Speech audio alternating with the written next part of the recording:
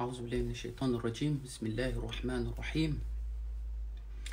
الحمد لله رب العالمين، والصلاة والسلام على أشرف الأنبياء والمرسلين سيدنا محمد وعلى آله وأصحابه نجوم المهتدين ورجوم المعتدين. الحمد لله الذي جعل للعلماء أعلاما وثبت لهم على الصراط المستقيم أقداما وجعل مقام العلم أعلى مقاما وفضل العلماء بإقامة الحجج العلمية ومعرفة الأحكام، فهم أي العلماء هم أهل المحاضرة والإلهام، وأنار للعارفين لطائف سره فشغلهم عن جميع الأنام. نحمده سبحانه وتعالى الملك الواحد العلام، ونشكره جميعا على ما عمنا من جزيل الأنعام والأفضال. أيا من كلما نودي أجاب، ومن بجلاله يمشي السحاب، ويا من رد يوسف بعد بعد وكان أبوه ينتحب انتحاب، ويا من خص أحمد واصطفاه صلى الله عليه وآله وصحبه وسلم وأيده بالرسالة والكتاب، وعلى أزواجه أمهات المؤمنين وعلى آل بيته، وعنا معهم جميعا بفضلك ومنك وجودك وكرمك يا أرحم الراحمين. ثم أما بعد. Alhamdulillah, syukur pada Allah Subhanahu wa Ta'ala kerana diberikan kesempatan untuk bersua muka atau untuk live streaming dari jauh ni, dari Perancis, ya. Ni pukul berapa? Lebih kurang pukul 3.30 lah, 3.30 petang waktu Paris.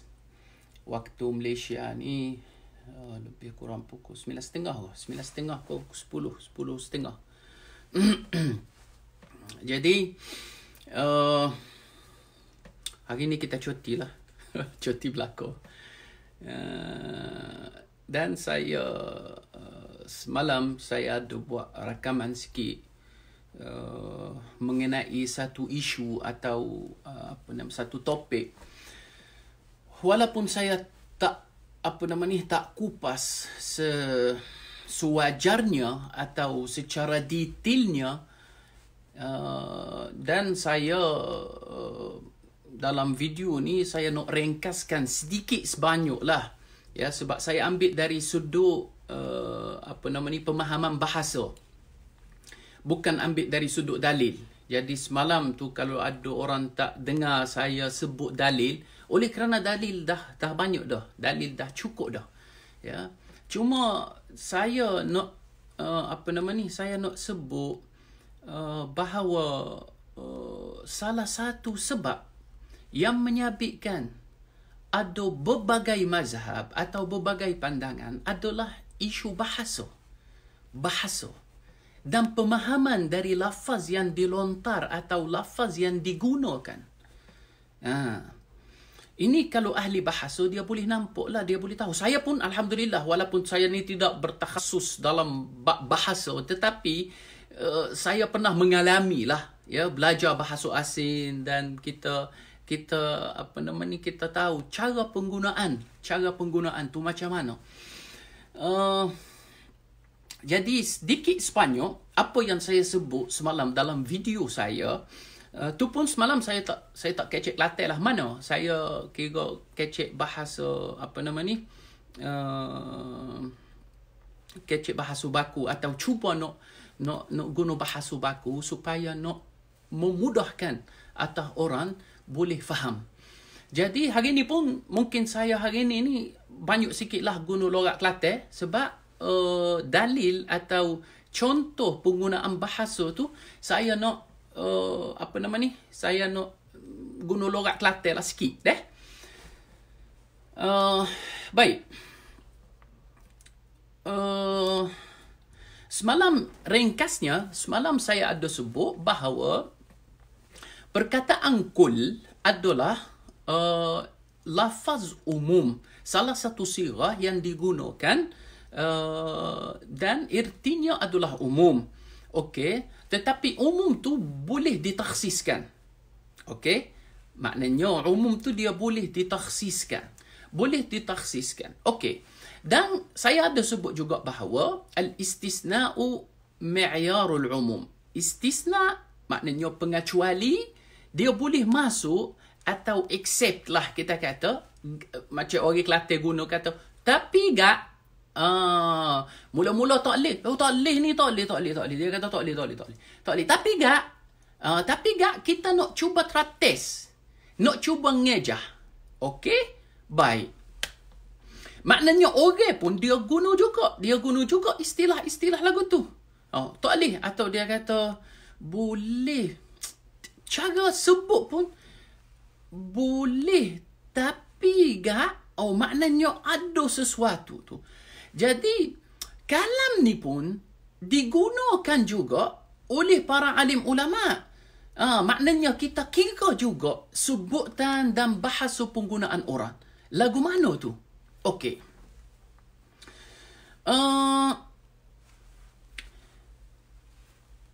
Kullu muhdatsatin bid'ah.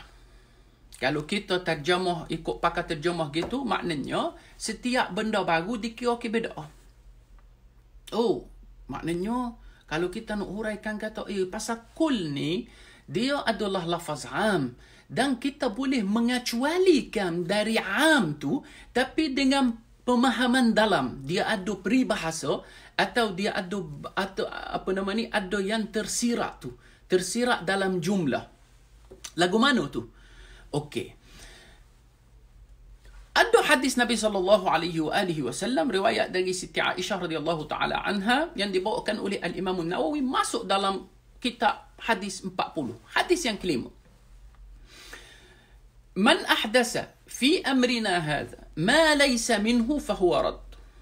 Man, barang siapa atau sesiapa, ahdasa, reka atau membentukkan sesuatu benda yang baru, maknanya dia buat benda baru, okey, fi amrina, dalam urusan kami, fi amrina hadha, dalam urusan kami ini, agama lah, okey, syai'an, man ahdasa fi amrina hadha, Nabi SAW tak sebut kata syai'an.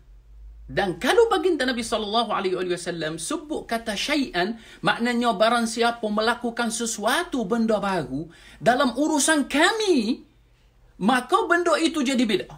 Nabi tidak sebut lagu tu. Nabi tidak sebut lagu tu. Tapi Nabi SAW sebut, man ahdasa fi amrina hadha ma laysa minhu.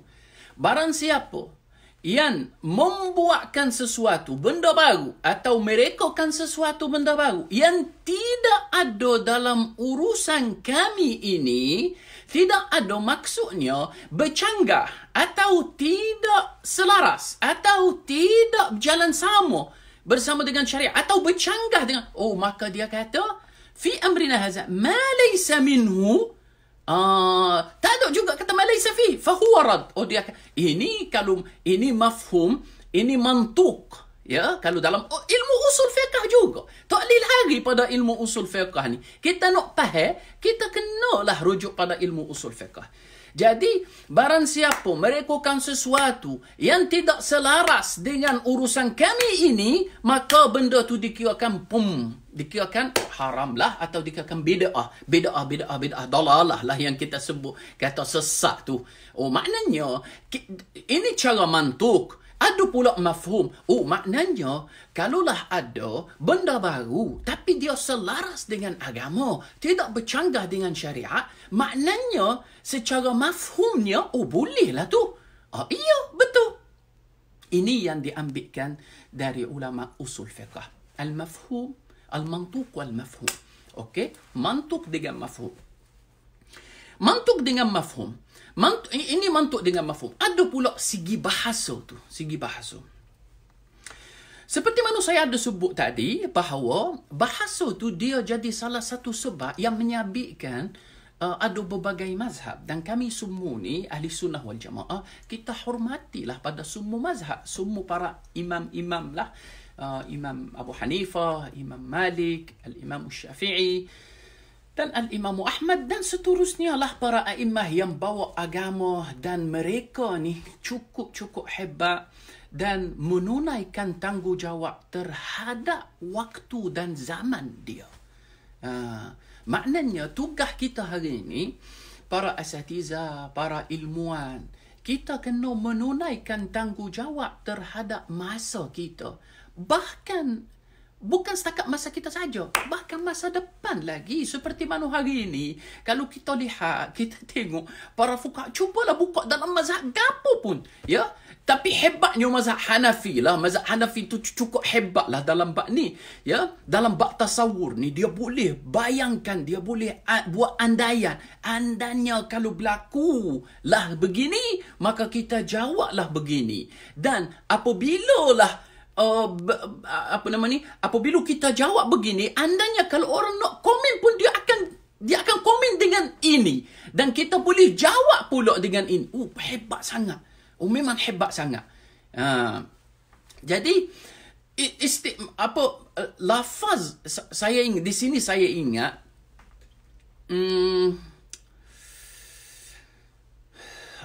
tahun 2001 kita ni saya graduate tahun 2000 kuliah syariah Islamiyah Tanta. Jadi pada waktu tu kita ni semangat lah, fresh graduate ni. Ya, dengan fresh graduate ni kita hebat lah. Ya, ilmu kita habis banyak ngapa. Ya, cuma ini segi teori lah. Ya, maknanya segi teorinya kita ni banyak belajar lah. Kita belajar, belajar bahasa, ya, nahwu saraf, adab balaghah, ya, kemudian kita belajar mantik. Lepas tu pula kita belajar usul fiqh. Berapa jenis fiqh tu kita belajar. Kita belajar fiqh mazhab pula. Fiqh mazhab pula sama ada nasi atau maudu'i. Ya, nasi ni kitab turas. Kitab turas ni buku kuning lah, kitab kuning. Atau maudu'i ni kitab moden. Kitab moden, ya. Lepas tu pula kita belajar fiqh perbandingan mazhab. Kita belajar lagi fiqhul kitab. Fiqh kitab ni tafsir ayat Quran mengikut dia ada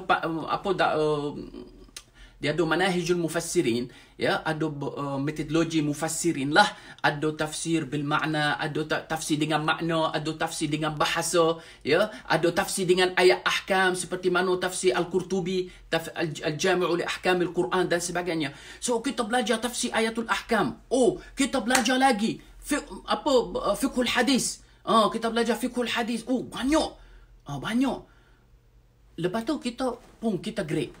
Maknanya ilmu teori itu ada banyak ni. Okey, tapi ilmu amali tak ada lagi. Amali itu tak ada lagi. Ilmu teori ni banyak benar. Cuma amalinya kita belum praktik lagi. Praktik tu lagu mana? Ya, praktik tu lagu mana? Praktik tu kita menyampaikan. Kita menyampaikan. Alhamdulillah, pada tahun 2003 saya saya dilantik di Al-Azhar Syarif pada 17 hari bulan 3 2003. Okey.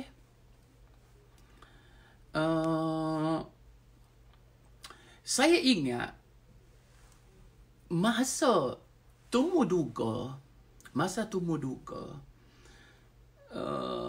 untuk pilih ni budak ni layak ke tak layak ni, boleh ni ke, sebab kita buat permohonan nak kerja, nak bertugas di Al-Azhar, dan apabila kita buat permohonan maka dia tetaplah tumbuh duga. Okey. Jadi apabila kita pergi tumbuh duga ni, dia tanya kita dalam 3 bidang. Pertama, bidang Al-Quran. Maknanya, tanya hafal ke tak? 30 juzuk. Yang kedua, bidang fiqh dan usul fiqh. Dan bidang yang ketiga adalah bidang bahasa Arab. Jadi, semasa saya pergi tu, saya ni orang Tonta lah. Saya dari Tonta. Kita pergi ke Kahirah. Dia temu duga di Kahirah, di Majma' Al-Buhus, di Hayus Sabi'. Jadi ada tiga syekh lah. Tiga syekh ni kira pakai piyah besar lah. Hari ni saya tak pakai piyah pakai piyah besar. Hari tu saya pergi pakai jubah Azhar, ya, pakai piyah merah. Lepas tu kita masuk lah. Seingat saya, dia buat 2 hari untuk setiap negeri. Kita di Mesir ada 28 negeri, ya, 27 negeri. Lepas tu pada waktu tu dia buat Tumuduga tu untuk satu negeri buat 2 hari. Jadi saya pergi tu, mula-mula duduk tu, Syekh tanya saya, awak ni pakai mazhab gapo? Awak ni pakai mazhab gapo? Pakai mazhab apa? Saya jawab kata, saya ni mazhab Syafi'i. Okey, dia kata, sila duduk. Saya pun duduk. Masa tu saya buat master, saya sambung master di Universiti Al-Azhar, Kahirah, bidang usul fiqh. Hari itu kami adalah 30 orang. Dari seluruh Mesir ni, hanya 30 orang je. Dan 30 orang ni semua tak lulus. Semua tak lulus.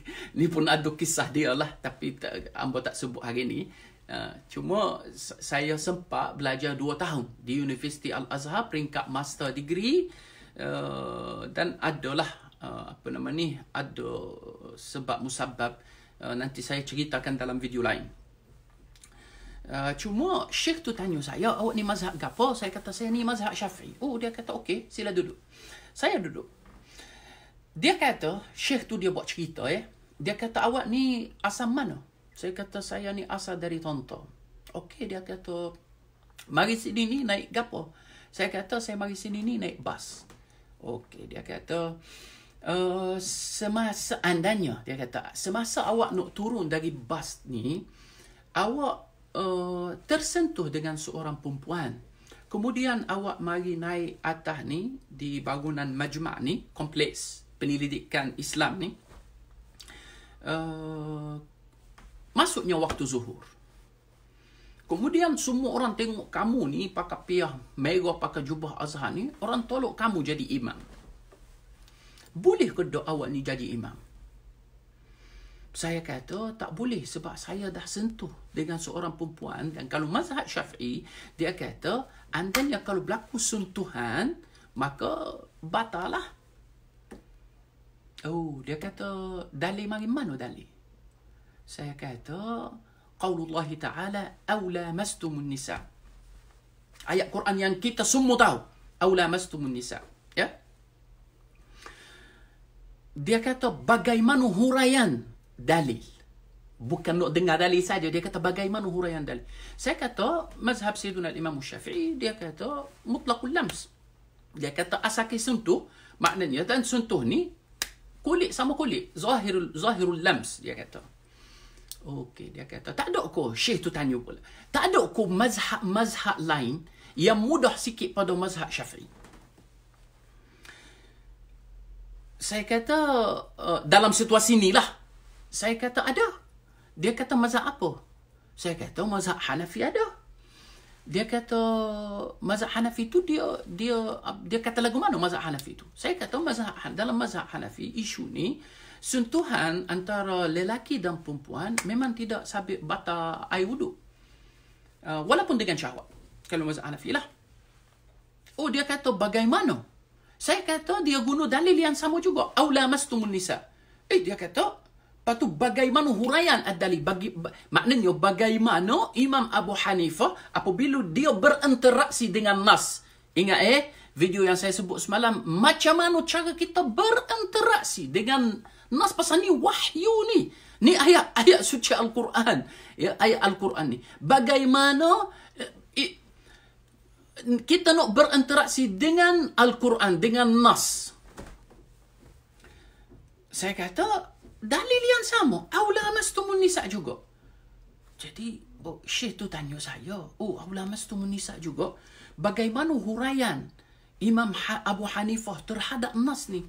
Saya kata Imam Abu Hanifah dia kata aw lamastum ni takkan lamastum. Imam Abu Hanifah kata lamastum ni maknanya setubuh, jima, ya, bersama.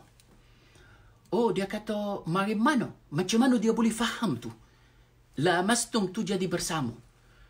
Saya kata sebab dia ambil ayat Quran lain juga yang huraikan atau yang memberi penerangan. Yang memberi penerangan terhadap ayat tu. Jadi macam mana tu? Oh, dia kata, Imam Abu Hanifah, saya kata, Imam Abu Hanifah pun dia kata, wa in talaqtumuhunna min qabli an tamassuhunna wa qad faradtum lahunna faridatan fa nisfu ma faradtum. Oh. Andainya kalau kamu cerai isteri kamu min qabli an tamassuhun. Tamassuhun asal fi'i sini, tamassuhun sama dengan lamastum. So asal fi'i sama, maknanya kalaulah mereka yang menceraikan isteri sebelum sentuh kos tubuh. Sentuh kos tubuh. Dia kata, وإن طلقتموهن من قبل أن تمسوهن وقد فرضتم لهن فريضة فنصف ما فرضتم. Maknanya kalau cerai sebelum sentuh atau setubuh, maka boleh dapat separuh mahar, separuh emas kahwin. Mustahil lah kita nak kata sebelum sentuh, sebelum setubuh, sebelum bersama. Ini pemahaman Imam Abu Hanifah. Oh, lagu tu. Syekh kata, okey, tak ada ke mazhab lain yang berkaitan dengan syahwat. Saya kata, aduh, mazhab Sayyiduna Imam Malik pun ada. Dia kata, bagaimana? Saya kata, kalau sentuh, sebenarnya, kalau tak ada syahwat, maka tak apa. Ya? Tapi kalau ada syahwat, batal. Cuma sebenarnya, kalau mazhab Imam Malik ni, dia ada 3 qaul, ada 3 pandangan dalam mazhab Imam Malik ni. Okey? Dalil yang sama juga. Aula mastumun nisa. Aula mastumun nisa. Cuma dia kata, la mastumun nisa ni atau kamu sentuh dengan perempuan. Okey. Cuma dia kata, ini mujmal, ditabyinkan, lafaz ni sama-sama. Lafaz ni ada keraguan. Ya, lafaz ni perlu perlu dijelaskan dengan perbuatan baginda Nabi sallallahu alaihi wasallam. Ya. Lagu mana? Dia kata kita lihatlah, kita tengok, kita cek, kita cari, kajilah dalam sunnah Nabi sallallahu alaihi wasallam bagaimana Nabi sallallahu alaihi wasallam buat. Dia kata Nabi sallallahu alaihi wasallam cium isterinya kemudian masuk dalam solat. Maknanya Nabi cium isteri baginda Siti Aisyah, kemudian Nabi buka pintu bilik Nabi SAW, buka pintu pun masuk dalam masjid terus, dan Nabi terus salat. Imam Malik kata lagu tu, iya. Dia kata, dalam mazhab Imam Malik ni, dia ada 3 qaul atau 3 pandangan. Yang pertama, dia lihat pada keadaan semasa, dan juga tengok pada keadaan sebelum, dan tengok pada keadaan sebelum, dan tengok pada keadaan selepas. Lagu mana tu? Syekh tu tanya, Ni baru satu soalan ni. Okey, saya kata, pasal la mastum ni dia kata pada peringkat awal, andainya kalau sentuh ni kita tak ada niat apa pun. Tak ada niat apa. Sebab kalau dari awal, maknanya keadaan sebelum sentuh tu, kita sentuh tu dengan memang syahwat. Batal lah. Sebab dari awal lagi, sentuh tu dengan syahwat tu jadi batal. Okey. Ini keadaan pertama. Keadaan yang kedua, dia kata, semasa kita sentuh ni tak ada niat apa pun. Tak ada niat apa. Okey? Maknanya kita sentuh tu tak ada niat apa. Tapi selepas sentuh, selepas berlaku sentuhan tu, pum! Orang Kelantan kata, naik ra. Jadi, dia tengok pada keadaan selepas.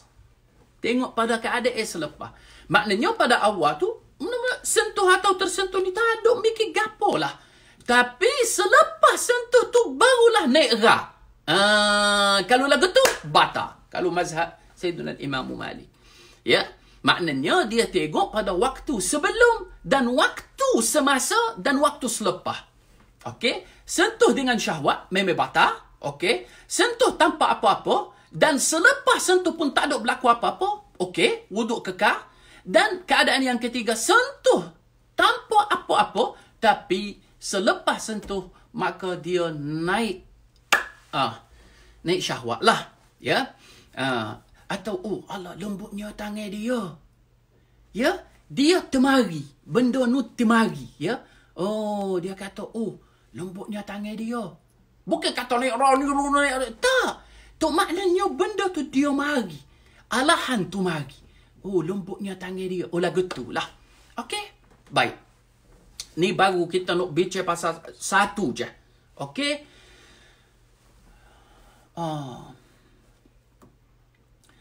Ada juga berlaku dalam situasi lain. Dalam surah Al-Baqarah. Pasal iddah. Iddah ni adalah tempoh bagi seorang perempuan apabila berlakunya penceraian. Qala ta'ala wal mutallaqatu yatarabbasna bi anfusihinna thalathata quru'. Dia kata bagi orang perempuan apabila lah berada dalam keadaan cerai, maknanya apabila berlaku penceraian, maka wal mutallaqatu yatarabbasna. Wal mutallaqat ni pun sama juga. Dia kita kalau kita guna kullu muhdatsatin bid'ah, kalau kita gunalah mutallaqat ni lafzu am, setiap perempuan yang kena cerai. Okey, setiap perempuan yang kena cerai, maka haruslah, wajiblah bertempoh selama 3 qur'. Ambo tak si bicara lagi pasal qur' ini. Kita nak kata wal mutallaqat. Wal mutallaqat ni kalau terjemah kok Melayu atau kalau bahasa Arab, bahasa ambo sendiri lah. Wal mutallaqat ni dan orang perempuan yang kena cerai. Okey? Lagu mana orang perempuan yang kena cerai ni? Dia kata yatarabbasna bi anfusihinna thalathata quru', maka duduklah ya sebanyak 3 kali qur'. Sama ada qur' itu hid atau suci. Hid ni kalau mazhab al-Imam Abu Hanifah, suci ni mazhab kita, mazhab al-Imam Syafi'i. Cuma sebelum kita gilah ke perkataan qur' ini, kita nak baca tu pasal al-mutallaqat ni. Tapi dia sebut, dia pakai, maknanya kalau orang Kelantan ni dia kata pukul rata. Wal mutallaqat ni semua orang perempuan hok kena cerai. Tapi ada yang terkecuali tu. Terkecuali lagu mana? Iyalah, dia kata kalau perempuan itu hamil, lagu mana? Pregnant. Kalau perempuan ni mengandung, lagu mana? Duduk tiga qur' juga ke? Sama ada qur' itu suci atau haid, ya? Beriddah lah kita kata. Yalah juga tu. Lepas lagu mana? Dia kata pasal ni dia ada ayat lain. Wa ulatul ahmali ajaluhunna ay yad'na hamlahun. Dia kata pasal kalau perempuan hamil, perempuan mengandung atau perempuan pregnant ni, iddah dia jadi lain. Tapi dia tak sebut dalam ayat ni.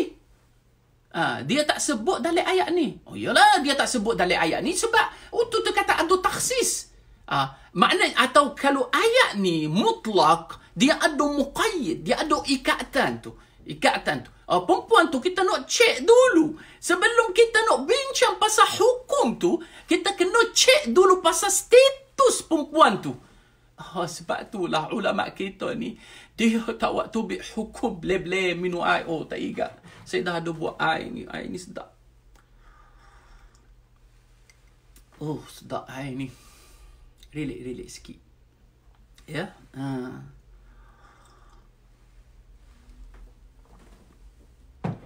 Pasal ulama dulu ni, dia nak buat hukum, bukan kata nak buat hukum ni boleh-boleh main atau boleh-boleh minum air.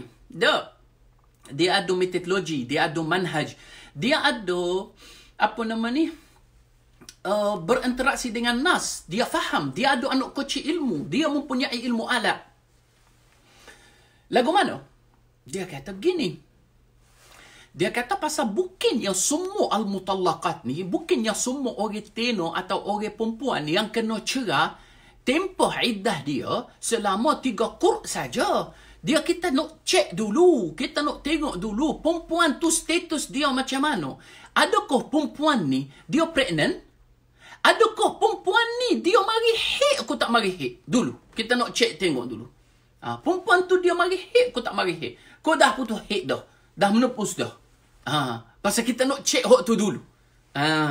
Maknanya lihat pada status sebelum kita mengeluarkan hukum.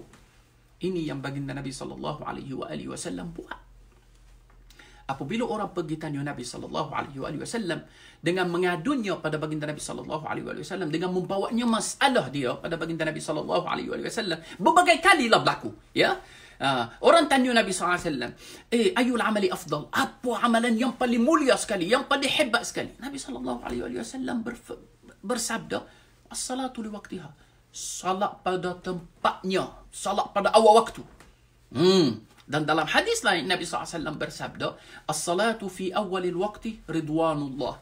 Salat pada awal waktu adalah ridwanullah. Boleh dapat syurga ridwanullah. Wa fi akhiril waqt, dan kalau salat pada akhir waktu, maka afullah, kemaafan Allah Subhanahu wa taala. Ya, kemaafan. Kalau kita kata kemaafan. Tak apalah. Contoh kita kata, tak apalah, aku maaf. Maknanya seolah-olah kita melakukan sesuatu yang kurang. Ya, yang tidak baguslah, tak comel lah. Sebab itulah kita nak buat ibadat tu pada awal. Sampai ulama pun bahas mengenai waktu ibadat ni. Adakah ibadat ni berkaitan dengan awal waktu, atau akhir waktu, atau sepanjang waktu? Satu berbahasan besar antara ulama Syafi'iyah dengan Al-Malikiyah. Allahu Akbar. Jadi, ni baru kita nak huraikan satu perkataan saja. Al-mutallaqat wal-mutallaqatu. Wal-mutallaqat, perempuan yang kena cerai. Okey, cek dulu status perempuan tu macam mana. Perempuan tu dia masih lagi mari hid kau dah habis dah. Ya? Maknanya dia menubus dah kau macam mana. Dia kata pasal ada dalam ayat lain pula, wallahi ya'isna minal mahid min nisaikum in irtabtum fa'iddatuhunna 3 ashhur. Dia kata pasal kalau orang tino, orang perempuan ni yang menebus ni, iddah dia jadi lain. Tidak jadi 3 kali qur'. Lepas tu lagu mana? Dia kata 3 bulan. 3 bulan. Lagu itulah. Ini cara kita berinteraksi dengan nas. Ya, bukan kita macam orang Kelantan kata kita pukul rata. Okey.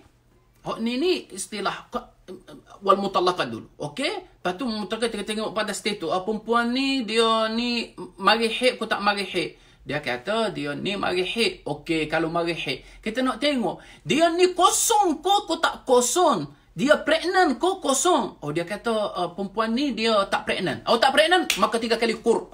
3 kali qur' ni. Qur' ni apa? Qur' ni kalau mazhab Syafi'i ni berbahasan mengenai perkataan qur' saja. Mazhab Al-Imam Syafi'i dia kata qur' adalah suci. Okey. Baik, tapi kalau perempuan tu dia tak mari haid dah. Tak mari haid dah, maka 3 bulan. Okey. Tapi kalau perempuan tu dia mari haid tapi dia pregnant, dah 2-3 kali dah ni tak keluar haid ni. Lepas tu dia check dah, buat test tu, pregnant dah. Lagu mana? Dia kata iddatuhunna biwad'il haml. Atau dia kata maka iddahnya habis dengan beranaknya atau bersalinnya. Ni pun kalau dia abadul ajalain. Tempah yang paling lama. Sebab apa? Sebab kita takutlah dia ni kena cerah hari ni, lepas tu esok lusa pun bersalin. Adakah habis iddah dia? Maknanya ulama kita pun bahas lagi. Atau dia ambil tempoh yang paling lama antara kedua-duanya. Sama juga seperti dengan illatul hukm. Dia ada satu mabhas dalam ilmu usul fiqh, dia panggil illatul ahkam. Setiap hukum, tuan-tuan dan puan-puan, mestinya ada illah dia. Setiap hukum ni mestinya ada illah dia. Cuma kita ni manusia, pemahaman kita atau otak kita ni tidak selaras, tidak sama. Ya, dia ada lebih sikit, ada cepat nakak. Ya, cepat nakak ni kalau istilah Kelantan lah. Istilah Kelantan ni, kita kata anak kita ni, kita duduk di bilik tamu, lepas tu adalah tetamu mari ziarah kita. Okey? Tetamu mari ziarah kita ni, kita waktu bik lah. Waktu bik apa? Orang Kelantan kata waktu bik kakah.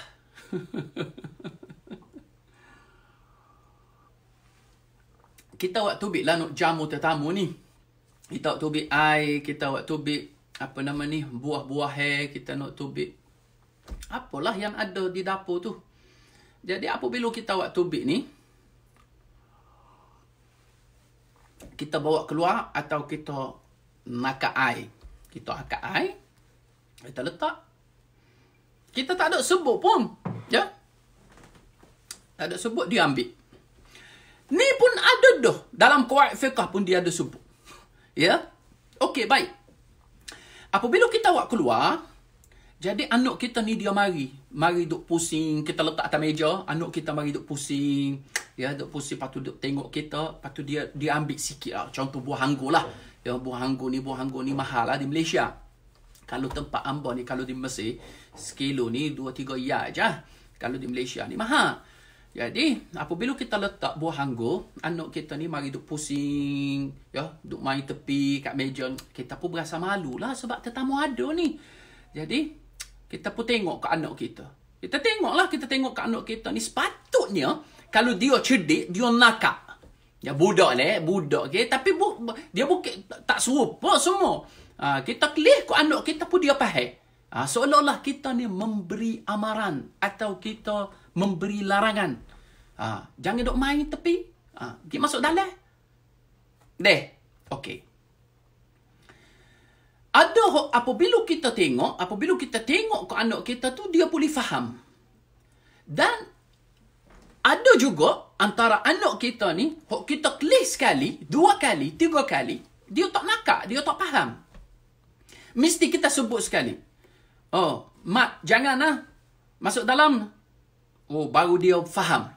Maknanya ada orang boleh cepat tangkap dan ada orang dia kena sebut dulu baru dia tangkap, dan ada orang, ya, di antara anak kita juga dia tak faham. Kita sebut sekali, mak, masuk dalam. Dia pun duk main pusing lagi. Kita kata, masuk dalam. Kita pun dengar nada sebut keras sikit.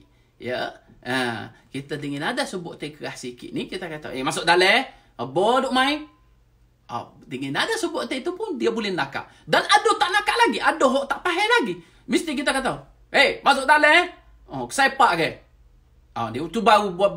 Ada hok tak faham lagi. Kita kena sepak sekali baru masuk dalam. Okey? Kita pun lagu tu juga. Kita lagu tu juga. Kita ada hok cepat faham.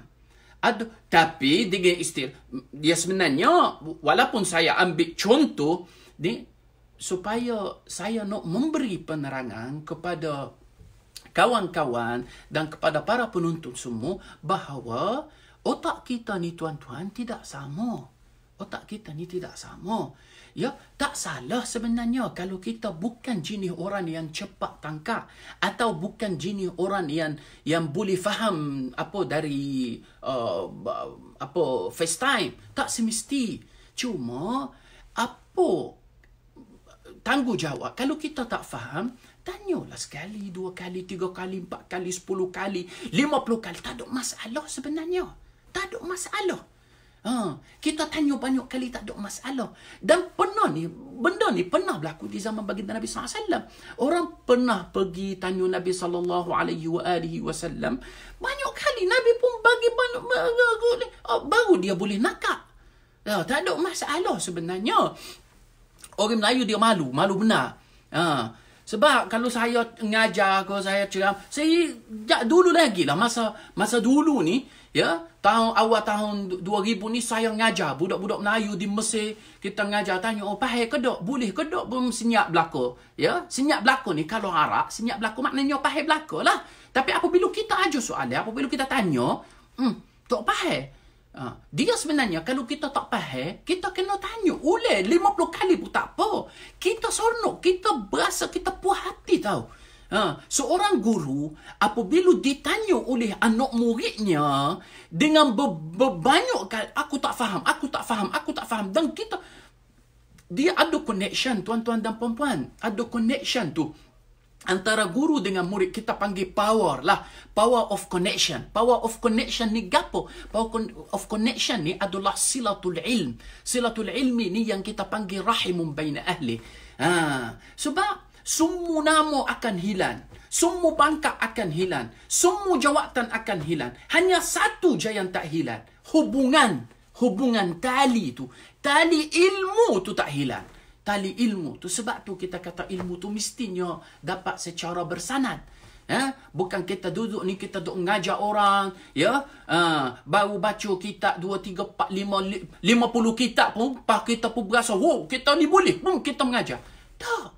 Tidak jadilah gitu. Al-ilmu la yu'khazu minal kutub. Ilmu ni, bukan kata kita boleh ambil ilmu tu dari kita. Ilmu yu'khazu min afwahil masyayikh. Ilmu ni boleh ambil dari mulut-mulut syekh. Tambah-tambah lagi kalau ilmu tu berkaitan dengan hukum hakam. Okey? Baik. Ni barulah kita duk baca pasal satu perkataan je. Okey. Jadi, apa kaitan antara kullu muhdatsatin bid'ah, kemudian man ahdasa fi amrina hadha ma laysa minhu fa huwa rad. Saya sepatutnya benda ni kita tak payah bangkit balik dah. Ulama yang hebat lagi pada kita dah bahas lama dah.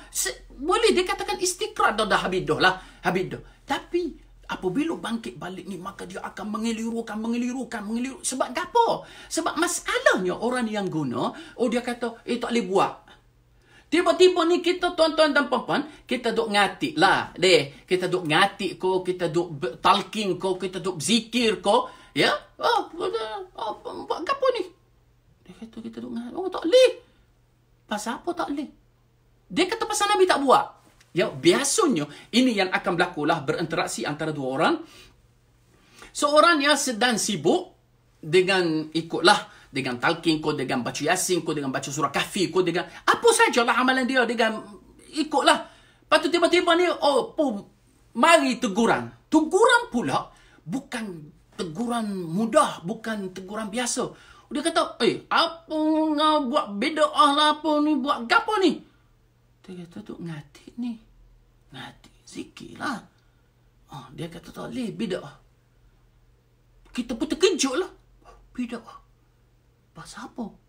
Dia kata pasal Nabi tak buat. Apabila letak atas kepala Nabi, kita ni pendengar amat terkejut lah. Ya kau Nabi tak buat. Kita akan mikir lah. Benda ni dia akan jadi dalam masa satu saat je. Nabi tak buat. Kalau Nabi tak buat ni, tak boleh. Lepas tu, Nabi tak buat. Nabi tak buat. Mu ni pandai-pandai lah buat sendiri. Dia akan kait kod tu. Jadi kita ni akan lupa ni. Akan lupa semua bahawasanya kaedah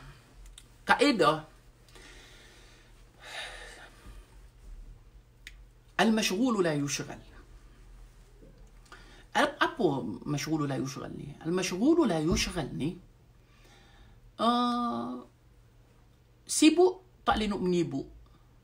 Lagu mana? Sibuk tidak boleh menyibuk. Gapo dia sibuk tidak boleh menyibuk ni? Ya, orang sedang sibuk dengan apa saja urusan, maka tak boleh nak menyibuk. Tak boleh nak menyibuk lagu mana? Yalah, kita ni sibuk duk ngatik, kita sibuk duk talking, kita sibuk duk baca wirid, kita sibuk duk bertarikat, kita sibuk lah. Tiba-tiba, orang mari kata, memberi larangan. Larangan pula dalam bentuk keras. Tak boleh, haram bid'ah. Kita ni lupa. Terkeluar mata kita. Tak boleh haram bid'ah. Iya, dia kata tak boleh haram bid'ah. Pasal apa tak boleh haram bid'ah ni? Pasal Nabi tak buat. Nabi tak buat. Iya, dia kata Nabi tak buat. Okey. Al-mashghulu la yushghal. Sibuk tidak boleh menyibuk. Sibuk kita ni sedang sibuk. Maka takkan kita nak tinggal kerja yang kita sedang sibuk buat, kemudian kita pula menyibuk, kita pergi jawab ke demo. Dan inilah bercanggah terus dengan kaedah yang mengatakan al-bayyinah. Demo nak mengharamkan sesuatu atau demo nak membid'ahkan sesuatu, demo kena bawa mari dalil. Bukan minta dalil dengan kita. Ya? Pasal kita ni sedang sibuk. Jadi, kalau demo nak kata haram, kalau demo nak kata bid'ah, kalau demo nak kata Nabi tak apa, demo kena membuktikan bukan kita ni yang sedang sibuk, kita kena menyebut cari dalil. Maknanya tuan-tuan dan puan-puan kena faham bahawa orang yang memberi larangan, orang yang mengata tak boleh, haram beda, dia yang kena bawa mari dalil. Bukan kita yang sedang sibuk, kita kena menyibuk cari dalil. Ini bercanggah dengan kaedah kaedah yang disebutkan oleh para alim ulama. Okey. Apa lagi? Dia kata gini, kita kena faham betul-betul apa maksud dari lafaz. Apa maksud dari lafaz? Ni tuan-tuan, saya ni kecik Melayu. Saya ni bercakap Melayu. Ya, kalau kita ni, kalau bahasa Arab ni bahasa yang sangatnya tinggi. Satu lafaz dia boleh membawa lebih pada satu makna, dan kita akan faham dari siyaqul kalam. Ya, dari siyaqul kalam ni. Contoh dalam surah Kahfi lah. Dalam surah Kahfi sama juga dengan kul, ya. Minum air.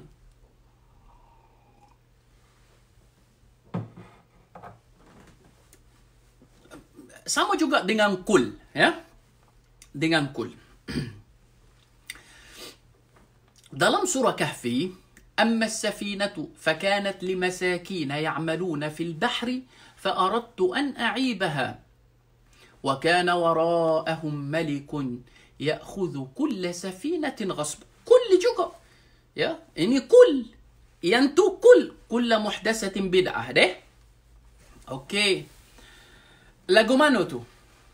Kalau kita nak tafsir atau kita nak terjemahkan, dia kata adapun bahtera itu atau perahu itu, ya, adalah kepunyaan milik pada orang-orang miskin. Sampai ulama ambil dari ayat ni, wa amma as-safinatu fakanat limasakin, perahu atau kapal laut. Fakanat limasakin, lam tu lamil milkiyah. Dia kata lam tu maknanya milik. Milik maknanya yang punya kapal laut itu adalah orang-orang miskin. Daripada perkataan masakin, fakanat limasakin, tengok ulama pun ambil hukum. Hukum apa? Dia kata hukum yang boleh membezakan antara fakir dengan miskin. Lagu mana? Pasal dia ada dalam surah At-Taubah ni, innamas sadaqatu lil fuqara'i wal masakin. 8 jenis asnaf, ya. 8 jenis asnaf yang disebut, tengok dalam bab zakat ni. Dalam bab zakat ni dalam surah Kahfi, tu dalam surah Taubah. innamas sadaqatu lil fuqara'i wal masakin wal 'amilina 'alayha wal mu'allafati qulubuhum fir riqabi wal gharimin wa fi sabilillahi wa binis sabili fariidatan minallahi wallahu 'alimun hakim. Faridatun minallahi wallahu alimun hakim. Maknanya 8 jenis asnaf ni, dia kata dia pun mula dengan lil fuqara, innamas sadaqatu lil fuqara'i. Kemudian maknanya fakir ni dia lagi dahsyat pada miskin, lagi teruk, lagi berat pada miskin. Di salah satu pandangan ulama lah. Okey, baik. Jadi wa amma as-safinatu fakanat limasakin, bahtera itu atau kapal laut itu dia punya milik pada orang-orang miskin. Oh, maknanya orang miskin pun dia ada juga. Ya, walaupun dia ada, tapi yang ada tu tak cukup lah. Maknanya dia ni berkategori, walaupun ada, tapi kategori dia boleh terima zakat. Maknanya fakir ni dia lagi dahsyat. Contoh, kalau kita kata lah keperluan harian RM100. Miskin ni, fakir ni, tak ada. Ada RM10 je ada. Tapi kalau miskin ni, dia adalah 30, 50, 70. Untuk nak cukup keperluan harian ni tak ada. Tapi fakirnya lagi dahsyat pada miskin. Maknanya, miskin tu, dia ada sikit lah. Wa amma as-safinatu fakanat limasakin. Tengok, ulama berinteraksi dengan nas. يعملون في البحر فأردت أن أعيبها. الخضر، سيدنا الخضر dia kata فأردت أن أعيبها.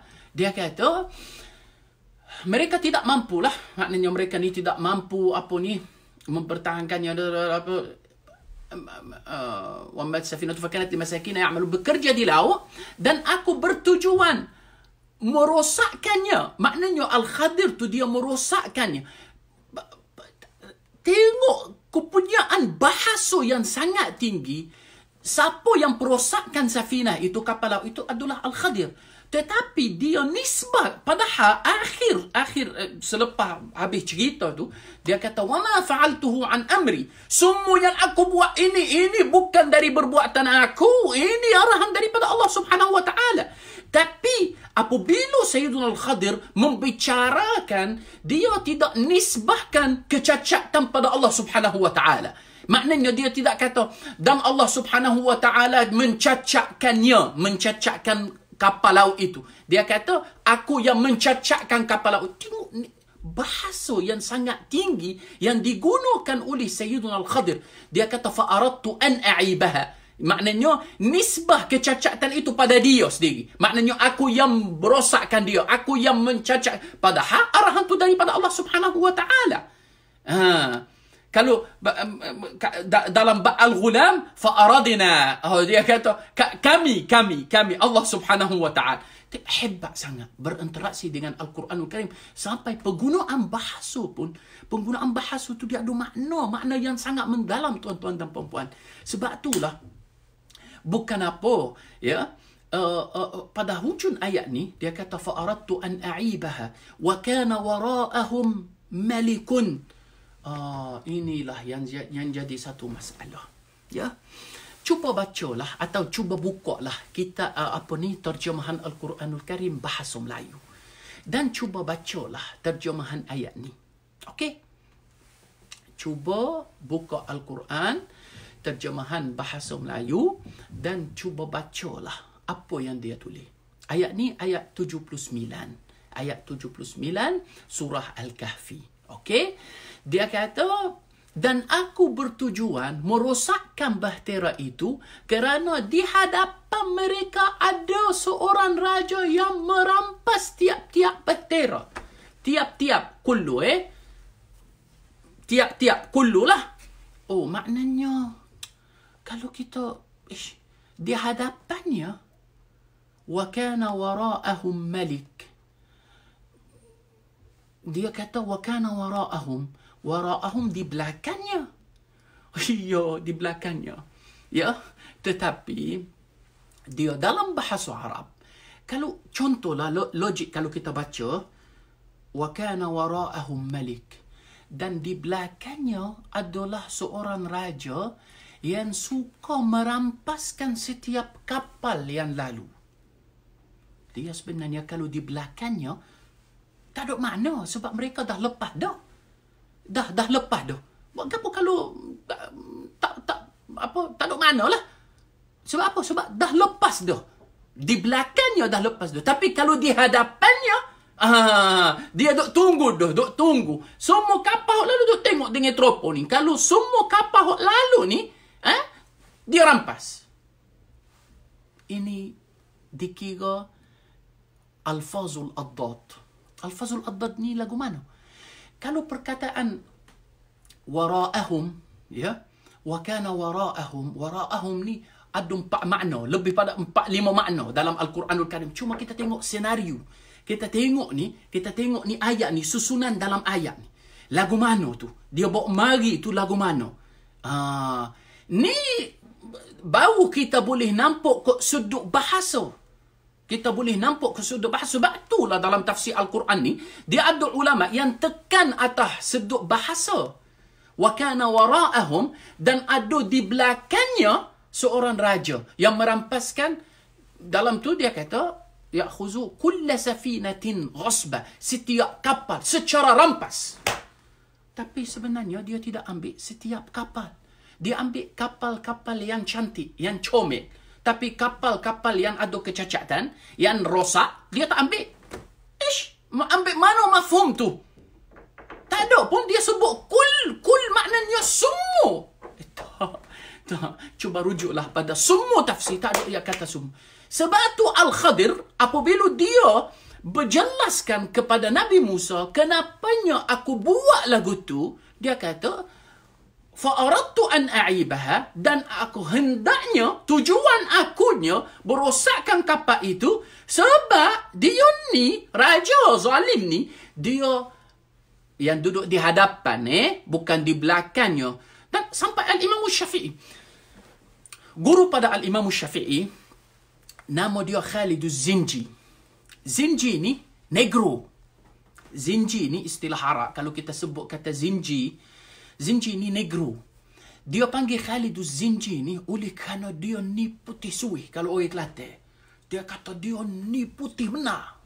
Dia putih benar sampai dia panggil gelak gelambak ni negro. Jadi mak black. Ini istilah yang digunakan, istilah Alfazul Addad. Istilah Alfazul Addad ni ada ke penggunaan ni dalam apa nama ni? Ya, ada. Saya bukan mahir sangat lah dalam lorak-lorak atau bahasa-bahasa Melayu ni, ya. Cuma istilah Kelantan banyak berbandingkan dengan istilah atau dengan bahasa baku.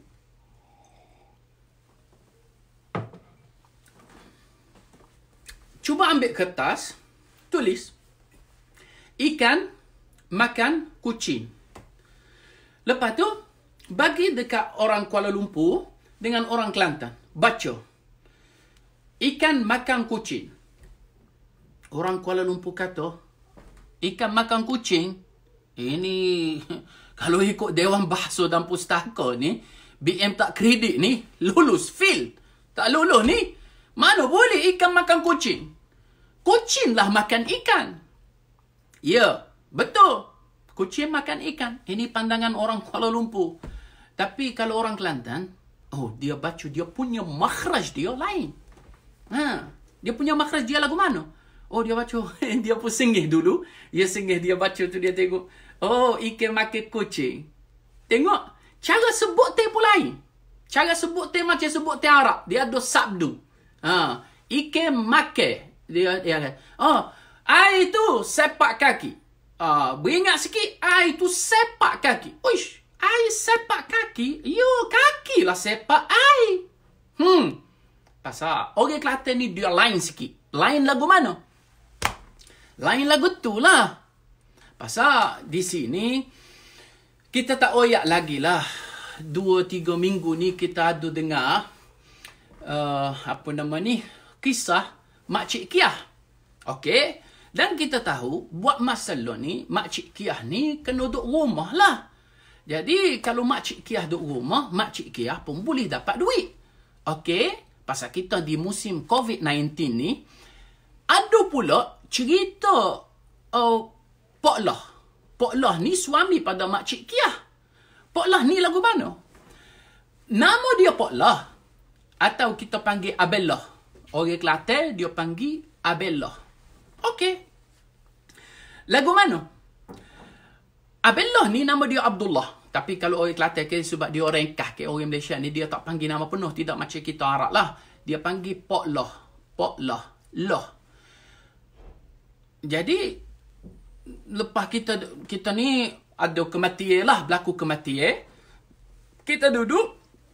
Ni pasal panggil ramai orang ni, kita panggil lah ramai orang ni pasal kita nak ngatik. Ya? Panggil lah ramai duduk rata rumah ni. Lepas tu, adalah kita panggil pondok, lepas tu kita panggil ustaz-ustaz. Kita panggil ramai lah masyarakat kampung duduk. Baru nak ngatik lah. Jadi, kita nak serah ke siapa ni? Ulama sama ulama lah. Ya, orang ngaji pondok. Lepas tu, orang ngaji Mesir, orang ngaji Jordan, orang ngaji Indonesia, orang ngaji agama belakang ni duduk. Jadi, pakak tolok belakang. Tolok lagu mana? Tolok dengan istilah orang Kelantan deh. Orang Kelantan kata, loh. Lepas tu, ada jugalah orang luar. Orang dari luar Kelantan lah. Orang dari luar Kelantan ni, dia tinggal loh. Gapo loh? Loh tak ada sini. Loh, dia kata loh tak ada sini. Loh tak ada lah. Loh tak ada dalam majlis ni. Yolah, pasal orang Kelantan ni dia kata loh. Loh ni maknanya dia. Start lah. Loh. So, penggunaan bahasa pun dia ada makna dia. Penggunaan bahasa pun ada makna dia. Jadi, dia kata loh gi. Loh gi. Siapa kalau saya ingat dulu 20 tahun dulu saya duk ngajar budak-budak Melayu. Kita duk ngajar pasal if'al. Ya, sirah if'al lah. Sirah if'al ni buat. Buat ni. Sirah if'al ni dalam ilmu usul fiqh lah. Sirah if'al ni. Buat. Kadang-kadang kita buat ni dia panggil suruhan, perintah. Maknanya kita tengok ya ayyuhalladzina amanu aqimus salah. Aqimu fi'il amar. Okey, aqimu tu fi'il amar. Fi'il amar maknanya perintah situ, perintah, suruhan itu fi'il amar. Maknanya amar situ apa tujuan dia, apa makna dia? Wujub.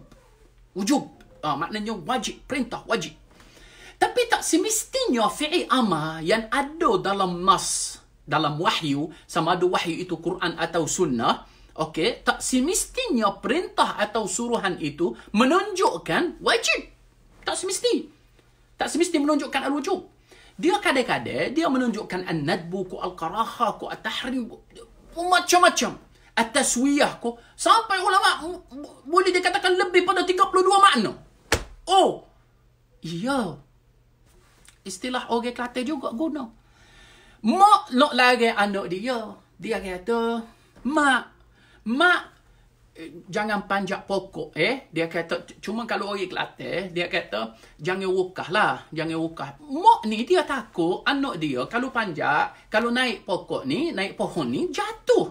Jadi, mula-mula dia kata, mak, jangan panjat lah. Cuma dengan istilah Kelantan, dia kata jangan wukah lah. Dia kata jangan wukah. Sekali, 2 kali, 3 kali, 4 kali. Lepas tu mak ni jenis masuk, apa? Yalah, jenis tak dengar kata.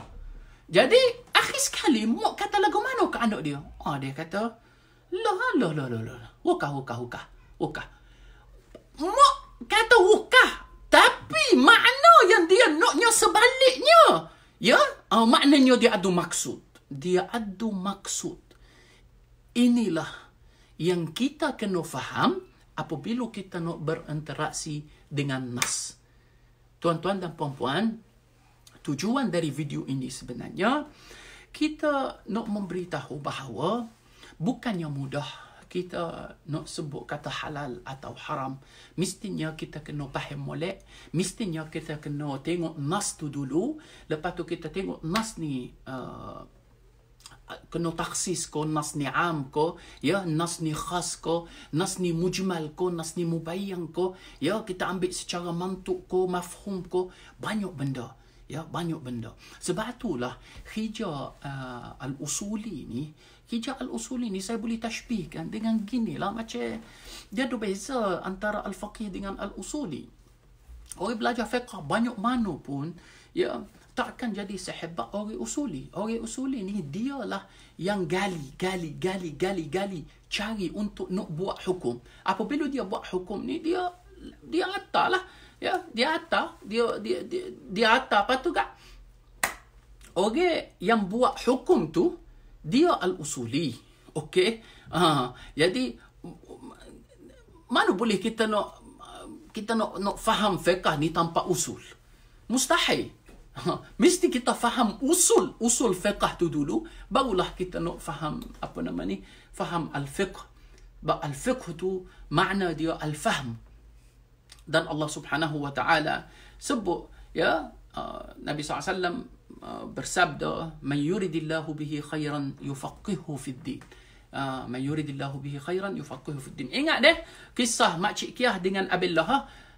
Pasal kisah ni kisah yang sangat penting. Kita kena faham molek apa tujuan yang diletakkan dari lafaz tu, barulah kita boleh faham apa makna dia. Ya, kaitkan antara hadis kullu muhdatsatin bid'ah dengan man ahdasa fi amrina hadza. Barang siapa yang merekukan sesuatu yang bercanggah dengan urusan kami ini atau tidak selaras dengan urusan kami ini, maka dikirakan bid'ah. Jadi itu mantuknya, mafhum pula. Kalaulah reka sesuatu yang selaras atau tidak bercanggah dengan urusan kami ini, maknanya agama kami, maka boleh sangat mengalu-alukan, boleh sangat kita setuju, boleh sangat kita heboh, kita buat dan sebagainya. Dan ini sangat sesuai dengan hadis baginda Nabi sallallahu alaihi wasallam, man sanna sunnatan hasanatan fil Islam fa umila biha min ba'dihi, barang siapa yang mengadukan sunnah, sunnah dah habis dos lepas Nabi. Jadi, macam mana Nabi pula kata mengadukan sunnah ni? Orang boleh buat sunnah ke? Kita nak dengar pula lah, apa kelompok tu atau golongan tu, bagaimana mereka ni nak huraikan hadis tu. Man sanna sunnatan hasanatan fil Islam fa umila biha min ba'dihi ni. Ya, kita nak faham pula lah dari pasal kita ni kalau kok seduk ahli sunnah kita faham dah. Kok seduk ahli sunnah jemaah kita nak faham pula kok seduk tu. Kok seduk satu lagi tu. Gapo dia? Nabi sallallahu alaihi wasallam gapo Nabi nak sampaikan kepada kita dengan istilah man sanna sunnatan tu. Ya. Dan saya nak penutup video ni dengan empat peringkat lah. 4 peringkat untuk nak jadikan fatwa. 4 peringkat untuk nak jadikan fatwa. Mula-mula kita mesti taswir atau kita mesti nampak ya, orang mengadukan soalan, orang mengadukan atau mengadukan kepada kita atau menganjurkan situasi dia, ya, atau menceritakan atau mengajukan soalan, kita kena bayangkan dari semua sudut, ya. Dan kalau perlu kita tanya dia untuk kalau ada sesuatu yang sama-sama bagi kita ni sebagai seorang mufti atau seorang faqih atau seorang penjawab, kita kena faham dulu. Sebab kalau takut kesamaran itu tu atau benda yang ragu-ragu atau benda yang kita tak faham tu, benda tu kalau kita pakai kita pakai jawab sedangkan kita tak nampak, salah habis. Salah habis sebab apa? Sebab al-hukm ala syai' far'un an tasawwuri. Kita nak hukum atas sesuatu, mestilah kita kena faham dulu, bayangkan dulu, gambarkan dulu. Kalau dari satu sudut tu tak nampak. Kalau tak nampak dari satu sudut dan kita hanya nampak dari, sebab tu kadang-kadang apabila orang nak ajukan soalan, kita tak bagi peluang ke dia untuk nak habiskan soalan dia. Kita pakai gomo. Kita pakai kita pahedo. Jangan bagi dia cakap je dah. La ilaha illallah. Dia sebenarnya gini, jawapan tu sangatnya ringkas pada soalan. Fatwa ni ringkas pada soalan. Orang cakap 10 minit, aku ni gini. Kita dengar je lah. Kita dengar, akhir sekali pun kita kata boleh je lah, atau kita kata tak boleh. Tu je jawapan. Soalan ni besar ni, cakap 10 minit, tapi jawapannya ringkas je. 1 saat, 2 saat je. Mana tahu. Saya, insyaAllah esok, nanti saya live. Saya, saya nak bagi tahu, kita nak sambung balik lah. Satu kisah juga yang sangat menarik, yang berlaku dengan saya sendiri pada tahun 2004, apabila saya masuk untuk nak dapat kursus sebagai pegawai baru di Al-Azhar yang sudah dilantik lebih pada 6 bulan. Mestinya kita masuk kursus yang panggil kursus pengadilan dakwah dan fatwa. Kursus ni dianjurkan oleh Al-Azharul Syarif dan banyak mufti di Malaysia pernah mengikuti kursus ni. Jadi saya saya masuk kursus ni 2 kali. Alhamdulillah lah, saya antara orang yang pernah masuk kursus ni 2 kali. Tahun 2004 untuk kali pertama saya masuk, dan tahun 2006. Ya. Kita belajar